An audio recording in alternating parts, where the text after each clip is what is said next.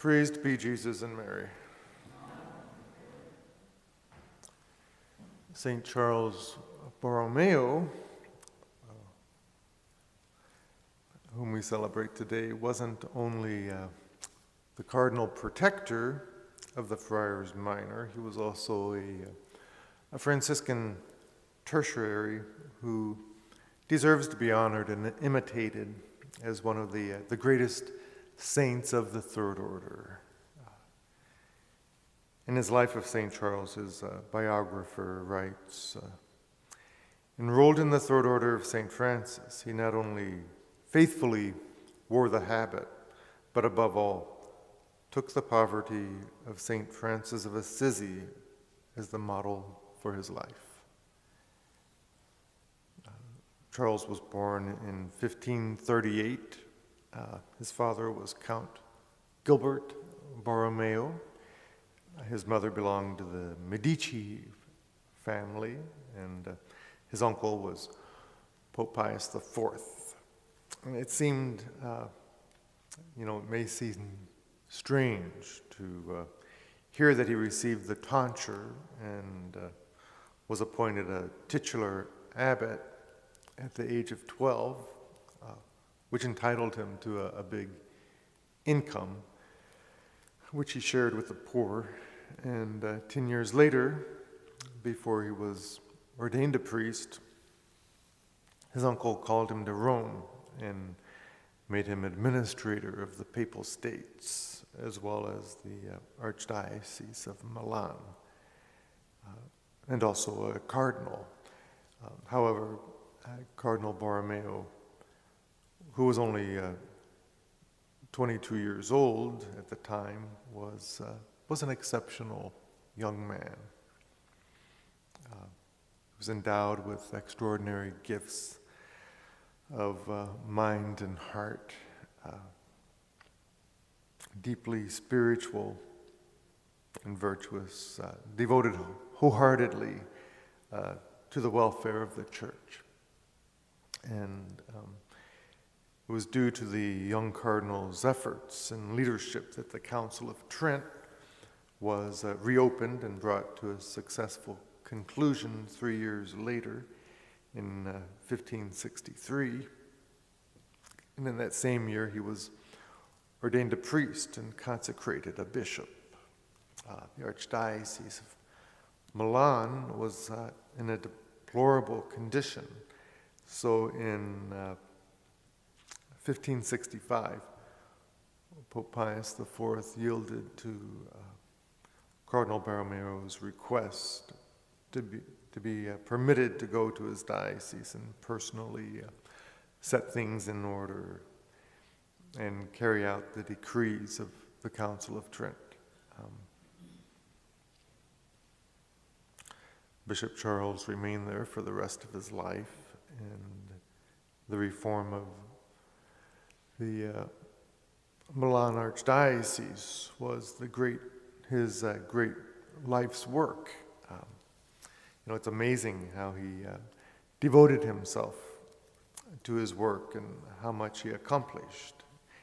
In 1569, an attempt was made on his life. A bullet struck him as he was kneeling in prayer, but he was miraculously preserved from harm. Far from stopping him, the difficulties he encountered only made him that much more zealous in carrying out his work. He never tired of visiting the parishes. He established the Confraternity of Christian Doctrine, which some of you may remember was CCD. That's what that stood for, and for the proper instruction of the children. And he saw to it that the sacred liturgy was carried out in a worthy manner. He founded the Oblates of St. Ambrose in order to lead priests to personal holiness. And he conducted 5 provincial and 11 diocesan synods. But the example of his own sanctity was what made the deepest impression on his flock and produced the best results. He avoided all personal finery. As a matter of fact, his clothes were so shabby that even beggars thought they were unfit to be worn. His humility prompted him to be careful to hide his merits, his penances, and his private devotions, so that no praise might come to him. He didn't hesitate to wash dishes or to enter the dirtiest